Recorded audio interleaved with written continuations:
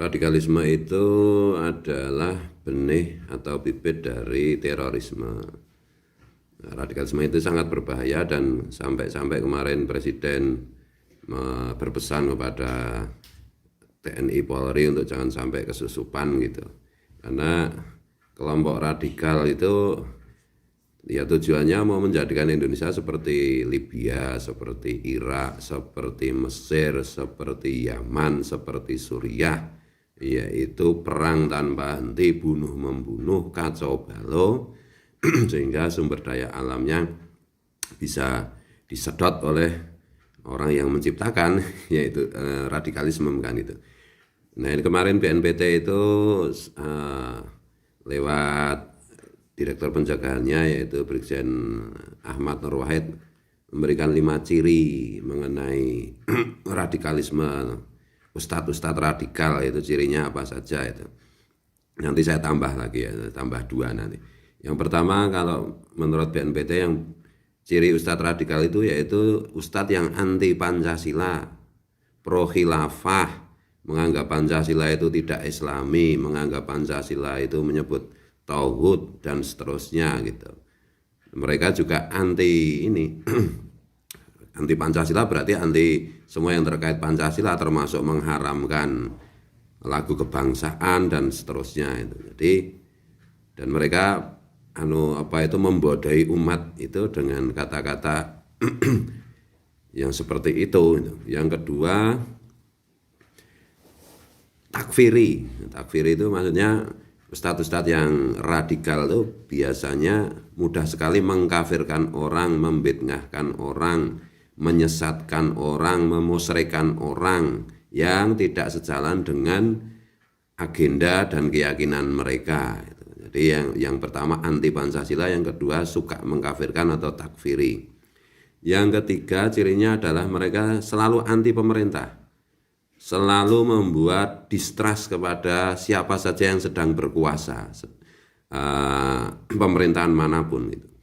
Dengan menciptakan hoax, menciptakan berita bohong, memelintir kebenaran, menciptakan sentimen kebencian kepada pemerintah kan itu. Ya, ini contoh yang sedang terjadi kan sekarang, apa yang sedang mereka lakukan terhadap Gus Yakut kan itu. Yang keempat yaitu mereka itu eksklusif intolerance gitu. Jadi mereka merasa dirinya lebih baik dari yang lain, tidak mau membaur, tidak mau memahami cara berpikir, cara beragama, mazhab atau kelompok yang lain gitu. Yang kelima yaitu cirinya mereka itu anti budaya, anti tradisi. Seperti kemarin misalnya Khalid Basalamah itu mengatakan apa itu wayang dimusnahkan. Nah, itu radikal itu namanya. Mereka anti tradisi, mereka menganggap tradisi itu tidak benar. Nah, ini kan biasanya itu semua ciri yang anti Pancasila, takfiri, anti pemerintah, eksklusif, terus kemudian anti budaya ini kan ya cirinya semua itu kan ada pada Salafi Wahabi sebenarnya kan itu. Di sampai sekarang itu bukan hanya Salafi Wahabi, ada beberapa bahkan organisasi yang kemarin dilarang aja kan sekarang udah berselingkuh dengan Salafi Wahabi kan. Dan di dalam ini ciri yang kelima itu maka kita tidak heran kalau mereka menyampaikan wacana mengenai Wali Songo itu enggak ada, ziarah kubur itu musyrik dan seterusnya itu. Jadi membodai umat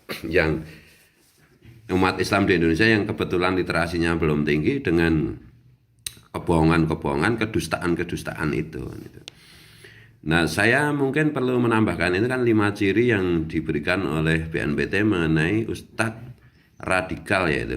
Yang pertama tadi kan anti Pancasila, takfiri, suka mengkafirkan, anti pemerintah, suka mengajak rakyat untuk membenci siapapun yang sedang menjadi pemerintah. Yang keempat itu mereka eksklusif, tidak toleran kan itu. Yang kelima mereka anti budaya, anti tradisi, mereka menyerang dan memburuk-burukan serta menjelek-jelekan budaya dan tradisi.